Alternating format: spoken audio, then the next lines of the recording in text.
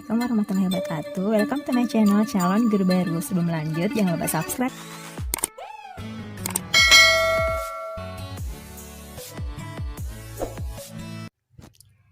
Gimana kabarnya hari ini teman-teman? Puasanya masih lancar kan? Walaupun kita masih dalam posisi stay at home ya. Oke, di video kali ini kita akan kembali melanjutkan pembahasan mengenai soal SKB atau seleksi kompetensi dasar untuk kalian yang melamar untuk CPNS keguruan, khususnya untuk guru IPS terpadu. Nah, untuk video ini sudah masuk di part 3 ya pembahasannya. Jadi untuk kalian yang belum nonton part 1 sampai part 2 silahkan nonton di playlist.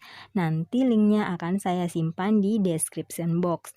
Di sana juga kalian bisa mempelajari soal-soal kemampuan pedagogik yang harus kalian kuasai juga sebagai guru, karena biasanya memang soal-soal untuk SKB kemampuan pedagogik itu sekitar 30% itu masuk di soal SKB seperti yang tahun 2018 kemarin, dan 70%-nya itu sesuai dengan mata pelajaran yang akan kalian ajarkan. Oke, kita langsung aja ke pembahasan soalnya.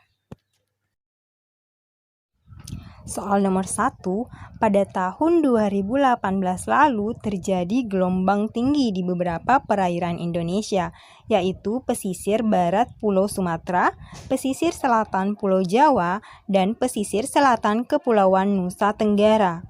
Ketinggian gelombang ini berkisar antara 1,25 meter sampai dengan 6,0 meter.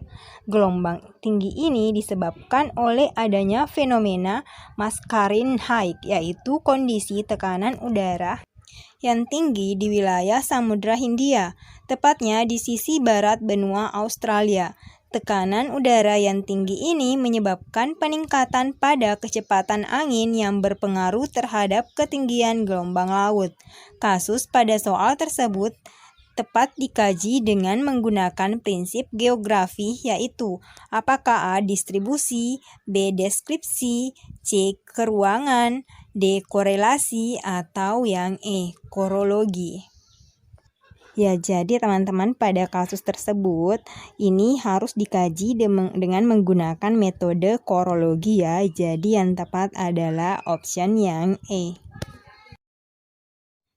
Nah, jadi pada prinsip geografi yang tepat digunakan untuk mengkaji kasus gelombang tinggi di Indonesia pada tahun 2018 lalu adalah prinsip korologi. Nah, prinsip korologi ini adalah prinsip yang digunakan untuk menelaah gejala, fakta, dan permasalahan yang ada di suatu tempat yang ditinjau dari persebaran, interrelasi, dan interaksi fenomena tersebut dengan fenomena lain. Uraian pada soal menjelaskan tentang distribusi wilayah perairan di Indonesia yang mengalami gelombang tinggi yang berkaitan dengan prinsip distribusi. Uraian tersebut juga menjelaskan tentang penyebab gelombang tinggi yang berkaitan dengan prinsip korelasi. Kemudian pada soal juga mendeskripsikan ketinggian gelombang dan fenomena Mascarin High yang berkaitan dengan prinsip deskripsi. Oleh sebab itu, jawaban yang tepat adalah option yang E. Lanjut ke soal SKB nomor 2, perilaku menyimpang sekunder ditujukan oleh pernyataan. Apakah A. Nisar mengenakan sepatu warna-warni ke sekolah, B. Novian mengambil sendal di masjid tanpa izin, C. Pengedar narkoba yang sudah lama menjadi buronan berhasil tertangkap polisi, D. Ibu Rista bekerja sebagai tukang parkir untuk menghidupi anak-anaknya yang masih kecil, atau E. Putri terlambat masuk sekolah karena bangun kesiangan. Nah, jawaban yang tepat di sini adalah yang C. Pengedar narkoba yang sudah lama menjadi buronan berhasil tertangkap polisi.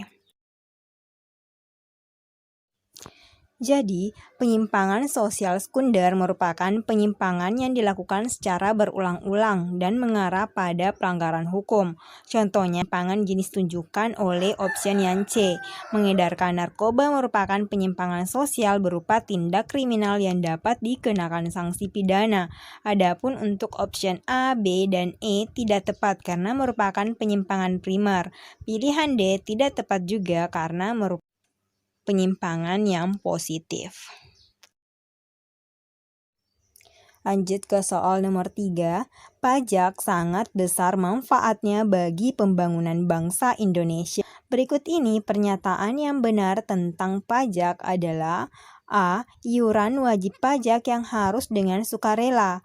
B. Iuran yang harus dibayar wajib pajak dan akan memperoleh balas jasa secara langsung. C. Iuran yang diatur dengan undang-undang dan bersifat sukarela. D. Iuran wajib pajak kepada negara berdasarkan undang-undang dan tidak mendapatkan balas jasa secara langsung.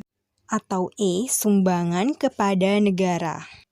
Jadi, jawaban yang tepat untuk soal nomor 3 adalah yang D. Iuran wajib kepada negara berdasarkan undang-undang dan tidak mendapatkan balas jasa secara langsung. Jadi berdasarkan pasal 1 Undang-Undang Nomor 28 Tahun 2007 tentang Ketentuan Umum dan Tata Cara Perpajakan, pajak adalah merupakan kontribusi wajib kepada negara yang terutang oleh orang pribadi atau badan yang bersifat memaksa dan berdasarkan undang-undang dengan tidak mendapat timbal balik secara langsung dan digunakan untuk keperluan negara yang bagi sebesar-besarnya adalah untuk kemakmuran rakyat. Soal nomor 4, tugas pokok perbankan. 1. Memberikan kredit kepada bank umum. 2. Menetapkan ketentuan umum tentang tingkat likuiditas. 3. Mengatur, menjaga, dan memelihara kestabilan nilai rupiah. 4. Melakukan penilaian terhadap kemampuan dan kesanggupan debitur. 5. Memberikan pelayanan jasa perbankan. Berdasarkan data di atas yang merupakan tugas dari Bank Indonesia adalah A. 1, 2, dan 3, B. 2, 4, dan 6, C. 1, 3, dan 4, D. 3, 5, dan 6. Atau yang E, 3, 5, dan 1. Ya, yang tepat di sini adalah option yang A, 1, 2, dan 3. Yaitu memberikan kredit kepada bank umum. 2. Menetapkan ketentuan umum tentang tingkat likuiditas. 3. Mengatur, menjaga, dan memelihara kestabilan nilai rupiah. Dan seperti yang diketahui bahwa Bank Indonesia ini memiliki satu tujuan tunggal dan 3 pilar utama dalam mendukung tercapainya tujuan tunggal tersebut. Mengingat peran dan kapasitasnya sebagai bank sentral, Bank Indonesia mengemban amanat untuk mencapai dan memelihara kestabilan nilai rupiah. Maka dari itu Bank Indonesia memiliki beberapa tugas. Yang pertama, menjaga kestabilan nilai rupiah terhadap barang dan jasa. 2. Menjaga kestabilan nilai rupiah terhadap mata uang negara lain. 3. Membuat dan mengawasi regulasi untuk semua bank yang ada di Indonesia. Keempat, melakukan penelitian juga pemantauan. Dan kelima, menyimpan uang kas negara dan memberikan bantuan dana kepada bank-bank di Indonesia yang sedang mengalami krisis. Soal nomor 5, salah satu faktor pendorong terjadinya perubahan sosial adalah orientasi pada masa depan. Pernyataan yang menunjukkan faktor tersebut adalah apakah A. Sistem pelapisan sosial yang dianut masyarakat modern merupakan sistem pelapisan sosial terbuka, sehingga memungkinkan setiap orang melakukan mobilitas sosial. B. Seseorang yang rajin belajar dan menuntut ilmu biasanya memiliki keinginan lebih besar untuk mencapai taraf hidup sejahtera dibandingkan dengan orang lain. C. Ilmuwan-ilmuwan di seluruh dunia berusaha fokus dalam penelitian suatu hal dengan tujuan menciptakan penemuan yang berguna pada masa depan. D. Masyarakat saat ini cenderung bersikap terbuka dalam menghadapi perilaku-perilaku baru yang dahulu dianggap tidak biasa. Atau yang E. Buruh melakukan aksi demo pada Hari Buruh Nasional menuntut jaminan kesejahteraan dan kenaikan upah. Ya, yang tepat di sini adalah choice yang C.